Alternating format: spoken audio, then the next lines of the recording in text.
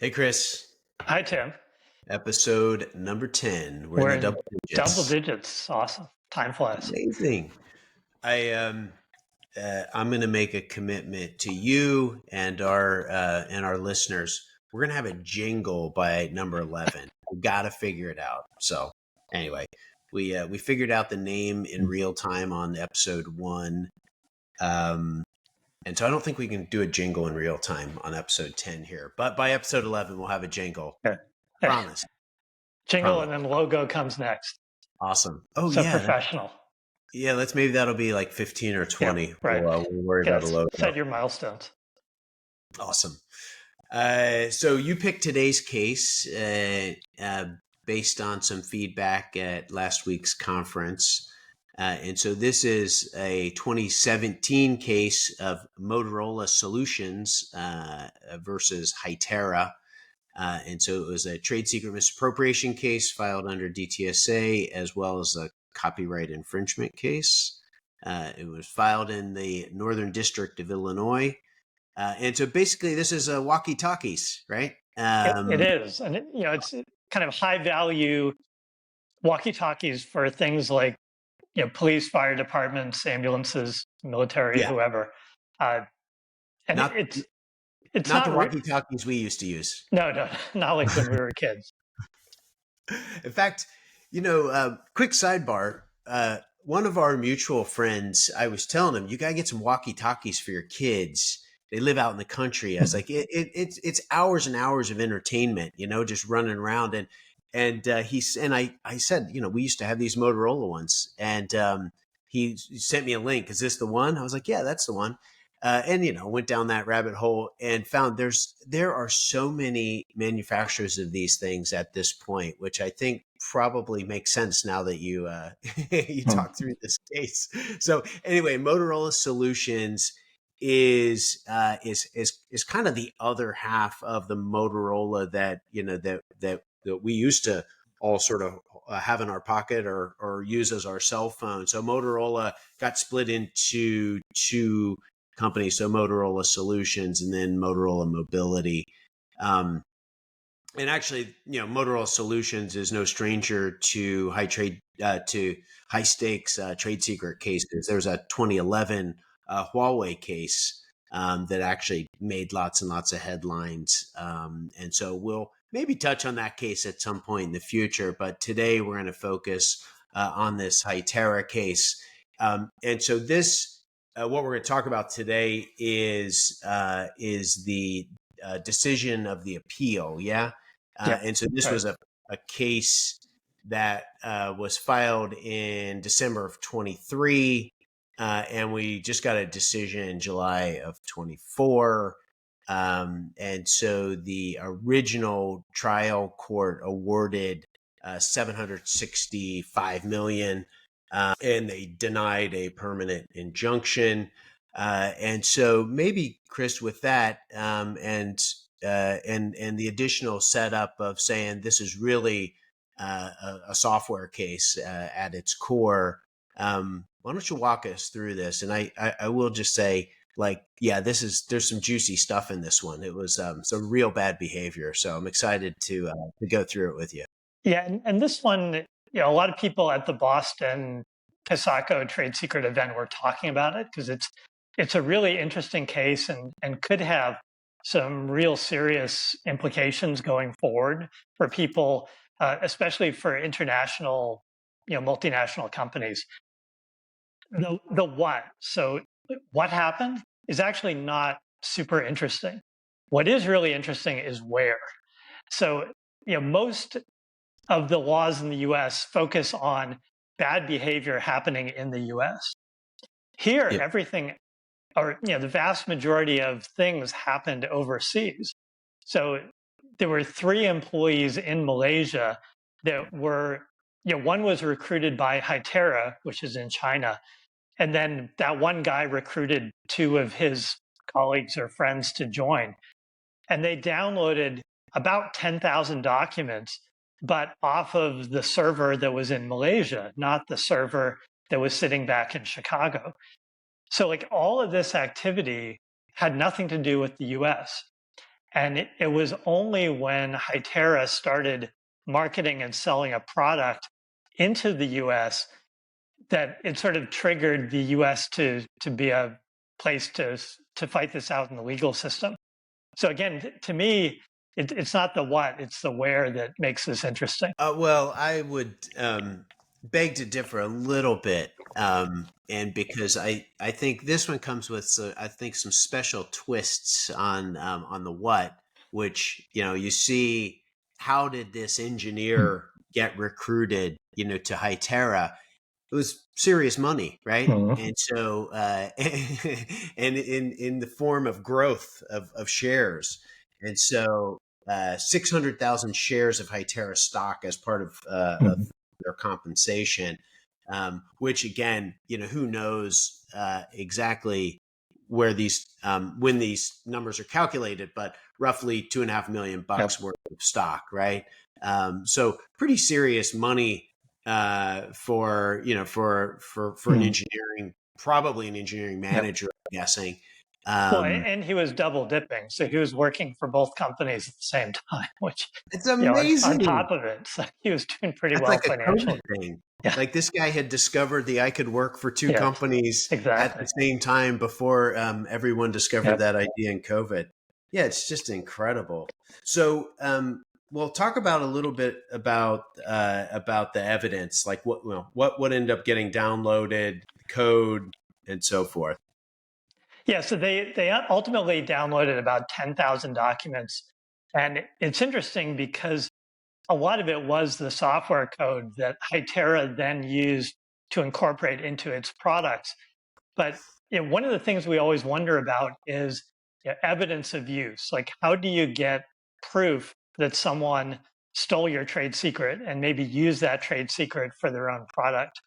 Yep. Here, again, it's kind of interesting or entertaining that there were mistakes in the Motorola code, and the exact same mistakes showed up in Hytera's product. So it's a great way to show that someone copied. If not only they copied the good stuff, but they copied things that were coded poorly or maybe miscoded, Yeah, and even those appeared. So they didn't even fix the mistakes. that's amazing. I guess like, if you're ever looking for a smoking gun, Mhm. that's the one, right? Well, that's a good one. The other great one was, they downloaded a ton of documents, and of course, a lot of them had Motorola logos or names printed on them.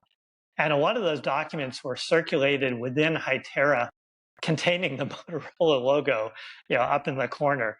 So they didn't even try really hard to conceal. It's like, it's just a Motorola document that happened to be circulating around. So like And it's pretty so, good smoking gun. in the way that the decision reads, it's as though um, Hytera is not arguing that they didn't take the information. Mhm. Is that right? Yeah, there's actually no discussion or argument about like what actually transpired. And it's funny because normally people will deny, like, oh, I didn't do it, or you Right. misunderstood, or these documents were publicly available. There was none of that here. So, there was no discussion about did they actually do these things, which again makes this case kind of special. So in a way, this is on the appeal, they were more concerned with minimizing damages and using arguments around the territory or location. Yeah, so the appeal, I mean, any appeal really looks at what the trial court did and looking for mistakes. Like maybe they, misconstrued a law or misunderstood something or just came to the wrong answer or a Yep. number was off, too big or too small. Uh, they usually don't get so much into the facts of it because that's more of a trial court level. So a lot of this was just looking at how do you calculate damages of both copyright and trade secret given this very international story? And Yeah. that's ultimately what makes it interesting. And it's actually great news for a trade secret owner who's operating internationally. Because the copyright was limited in the appeal to only damages from the US, so from sales that were done in the US. And that's actually kind of a normal result. Yeah. I'm going to butcher the pronunciation, but there's this bias against extraterritoriality. Yep. That's a say tough that word. say that 10 times fast. Yeah. But the whole idea is that US laws govern US behavior. Yep. And the appeal court made a big long discussion about why copyright should be treated differently than trade secrets.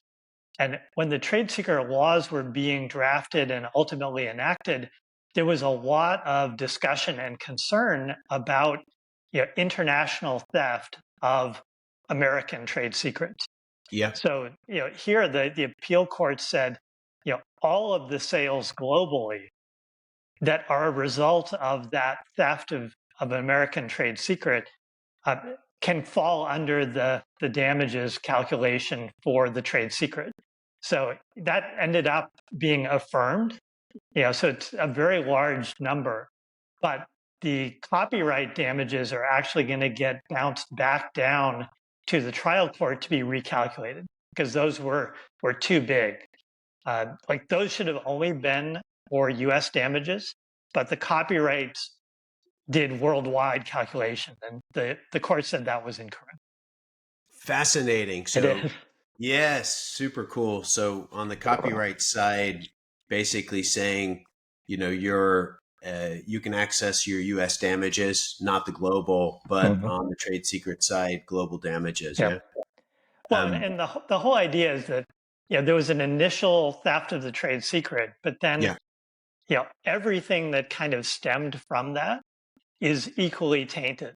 So they're able to use the global sales of these products that incorporated the Motorola trade secrets for the damages calculation. And of course, that turns into a much bigger number. So, if this is, and that's just one of my questions for you. The trade secret element on appeal ended up being 407 million. Yeah. Right. So Uh, that was affirmed. So the appeal court said the trial court got got the that right right. answer and Got it. calculated correctly. So there were really three big holdings. So one is the copyright. They're bouncing back to the trial court to say, Yep. recalculate, and it will be a much smaller number. Yep. They affirmed the 407 million DTSA damages using worldwide sales, which again is great for a trade secret owner. And then the third one had to do with the permanent injunction. Because the trial court actually denied permanent injunction twice. Once in the normal course of the litigation, but then afterwards, Hytera was supposed to pay a royalty to Motorola. Like the trial court said, we're not going to give you a permanent injunction, but there will be a royalty obligation going forward. And Hytera didn't pay the royalty. So Motorola went back a second time and said, hey, we really need a permanent injunction. But the trial court denied it twice. And the appeal court said, that was incorrect, or you should have given more thought or more care to the permanent injunction, which is a nice way of telling the trial court, you need to do a permanent injunction. So is the permanent injunction would mean that Hytera can't ship products that use that. Correct. Yeah, so they can't make, use, sell, import, all those good things, Right. infringing products or products that are carrying the trade Yeah. secret. I wonder, and maybe this just predates some of the ITC, I don't know, enthusiasm around trade secrets. But this feels like it could have an ITC element as well. Yeah, it could. And Motorola has used the ITC previously against Hytera. Oh, they have. But, Okay. but those are on patent infringement, not on trade secret. Got it. Motorola is no stranger to the ITC. But ITC doesn't give cash damages. Like Right. ITC, the only thing they're empowered to do is block imports, which Right. could be very valuable. But it's not, $407 million is nice Yeah. to get. So, here you could get an injunction as well as cash damages. Uh, but it's also a long slog. I mean, these guys have been going at it for many years, whereas an Yeah. ITC proceeding is very, very quick. And so is Hytera going to have to pay Motorola's legal fees? We're talking like serious money at this point, right? We're seven Mhm. years in. Um, Yeah, I'm not sure there wasn't discussion of that here. And I didn't go back and look at the trial court so much. I focused more on the appeal. But okay. you're right. I mean, this was not a quick, inexpensive litigation by any means. Yeah. I talked to a guy at DLA Piper recently, just to sort of get to know Hmm. each other. He's a trade secret litigator, and I forget where he was, which firm he was before moving to DLA. But he said literally he worked on one case Hmm. for better part of like 12 or 14 years. Wow, that's amazing. And so, uh, yeah, it's just incredible to think about the time commitment of these Hmm. things. Well, Uh, tangibly, we always talk about one of the great things of trade secrets is they're a global asset versus patents, which are country by country. And this case kind of furthers that belief where they had one trade secret or multiple within the 10,000 documents, but yeah, it happened in Malaysia. One company was in China. They enforced it in Chicago, and yeah.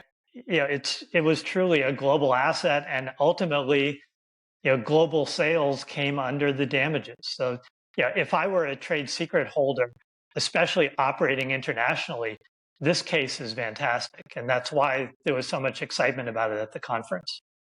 One last question, and there was some discussion around, servers that were mirrored, right? So Yep. same data that was sitting in Illinois is Hmm. sitting in, Kuala Lumpur or Correct. wherever. Um, and that wasn't very clear to me, like how that got resolved in this decision. Can you talk a little bit about that? Yeah. So, it goes back to the question of what activities were done in US or not. Uh, and they made a big deal, and there was a lot of discussion about these mirrored servers. So the main server was sitting presumably in Chicago, but the engineers accessed the server from Malaysia. Like Got it. they didn't log into Chicago, they didn't fly to Chicago to download. So Got it. all of their activity was based in Malaysia. So the court didn't quite buy the argument that I from see. regarding the mirrored servers because So all they were trying to the say the theft happened in Malaysia, it didn't happen in the U.S., yeah. basically.